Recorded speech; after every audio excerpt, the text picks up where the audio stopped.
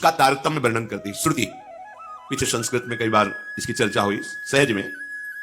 लौकिक आनंद, युवावस्था हो, निरोग शरीर हो, संपूर्ण भूमंडल पर अधिकार हो, संपूर्ण शास्त्रों का ज्ञान हो और अपार धन संपत्ति हो, बहुत सी सुंदरियां उसकी सेवा में लगी हो, इसे भोगानंद को मानुषानंद कहते हैं। युवा शरीर है, स्वस्थ है, विद्वान है, धैर्यवान है, पूरे भूमंडल का शासक है, विशेष विशेष रत्न आभूषण सब उसके अधीन है और सुंदरियों के द्वारा और युवतियों के द्वारा सेवित है, इसे मानुषानंद कहते हैं। सबसे बड़ा भूमंडल का यह आनंद है। जो मनुष्य योनि में आकर इस मानुषानंद को प्राप्त करके उत्तम कर्म, पुण्य, दान, यज्ञानुष्ठान आदि, तो मनुष्य योनि से गंधर्व योनि को प्राप्त होता है। भगवत प्राप्ति की बात नहीं हो रही है। गंधर्व योनि को प्राप्त हुआ जो मनुष्य है, उस मानुषानंद से 100 गुना बढ़कर उसे सुख मिलता है। उसे मानुष गंधर्व कहते हैं। ऐसे मानुष सुख से 100 गुना बड़ा सुख उस मानुष गंधर्व का है। फिर उस मानुष आनंद से प्रकट हुए हैं, आनंद में ही जीवित हैं और आनंद में ही प्रवेश करना चाहते हैं, क्योंकि हम आनंद के अंश हैं। जो आनंद सिंधु सुख राशि, ईश्वर अंश जीव अविनाशी। वो आनंद क्या है? यदि तत् सुकृतम, वेद कहता है यदि तत् सुकृतम, जिसने स्वयं से अपने आप को प्रकट किया है इस जगत रूप में, वो आनंद ब्रह्म वही अपने आप में प्रकट है। कुछ प्रश्नकर्ताओं का प्रश्न होता है, भगवान ने हमें क्यों फंसा दिया, क्यों जन्म दिया?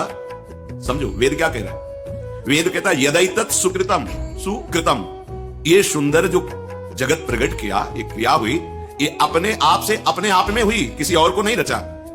कैसा स्वरूप है? रसो वैशा, वो पूर्ण रस स्वरूप है। हमारी मांग क्या है? रस, आनंद, सुख, प्रसन्नता। रसम हृवायम लब्ध्वा आनंदी भवतु। जो अपने स्वरूप को जान जाता है वो रस स्वरूप हो जाता है, वो इंद्र को प्राप्त होता है। देवराज इंद्र से 100 गुना बढ़कर के सुख आनंद देवगुरु बृहस्पति को प्राप्त होता है। बृहस्पति के सुख के 100 गुना बढ़कर के सुख प्रजापति को प्राप्त होता है, जैसे दक्ष प्रजापति पद को प्राप्त होता है। और प्रजापति से 100 गुना बढ़कर के सुख परमेष्ठी पद को, ब्रह्मा को प्राप्त होता है। और ब्रह्मा से लेकर के यहां तक जो आनंद का क्रम वर्णन किया गया, इसे सहस्त्रों गुना बढ़कर के सुख ब्रह्मानंद प्राप्त महापुरुष को, ब्रह्मानंद ज्ञान के द्वारा जो अहम ब्रह्मास्मि की सिद्धि करता है, ब्रह्मा जी से भी बढ़कर के हजारों गुना उसको सुख प्राप्त होता है। उत्तरोत्तर आनंद की अधिकता का वर्णन किया गया, विश्राम मिला जाके ब्रह्मानंद में। अब यहां वर्णन करते हैं कि ब्रह्मानंद का जो आनंद है उससे अनंत गुना बढ़कर के रसानंद है। ब्रह्मानंदो भवेदेश चेत परार्ध गुणी कृतः नैति भक्ति सुखाम बोधई परमाणु तुलामपि। ये मनगढ़ंत बात नहीं, वेद का वर्णन, वैदिक सिद्धांत का। ब्रह्मानंद की जो संख्या मानुष सुख से शुरू हुई और ब्रह्म तक पहुंची, उससे हजारों गुना बढ़कर सुख उस ब्रह्मानंद को प्राप्त महापुरुष को। जो उसको सुख प्राप्त है, एक के ऊपर 17 शून्य लगावे उसे परार्ध कहते हैं। एक लिखा और 17 शून्य लगा दे, उस संख्या को परार्ध कहते हैं। इस परार्ध से उस ब्रह्मानंद का गुणा किया जाए, वो भी भक्ति के काम, केवल दर्शन के लिए बैठे। हमें दिखाया उसको, क्यों दर्शन करना चाहते हैं पता नहीं। जब से राधा नाम सुना है, बस यही लगता है कि अधिक से अधिक मेरा जीवन वृंदावन में रहे, मैं महाराज जी को देखूं, उनकी बात सुनूं, और ऐसे चिल्ला के रो पड़े कि हमें भी वह बंद करो, बंद करो, बंद करो। एक संसारिक जीव को राधा नाम पे इतना प्रेम, लाडली, ये कोई साधना हुई उसकी? नहीं। क्या हुआ? तुलयाम लवे नापि न स्वर्गम ना पुनर्भवम भगवत संग संग से मर्त्यानाम की मुताशिशा।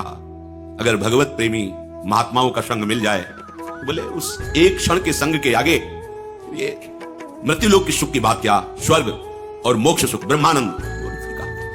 ये वृंदावन भूमि, कोई कण ऐसा नहीं जो प्रेमियों के आंसुओं से भींगा ना हो। सच्ची मानो, आज आधुनिकता है तो आप उसे नहीं देख पा रहे। यहां 2 प्रकार के आंसुओं से भीगी हुई भूमि है, या तो श्री कृष्ण विरह में या श्री कृष्णानंद में।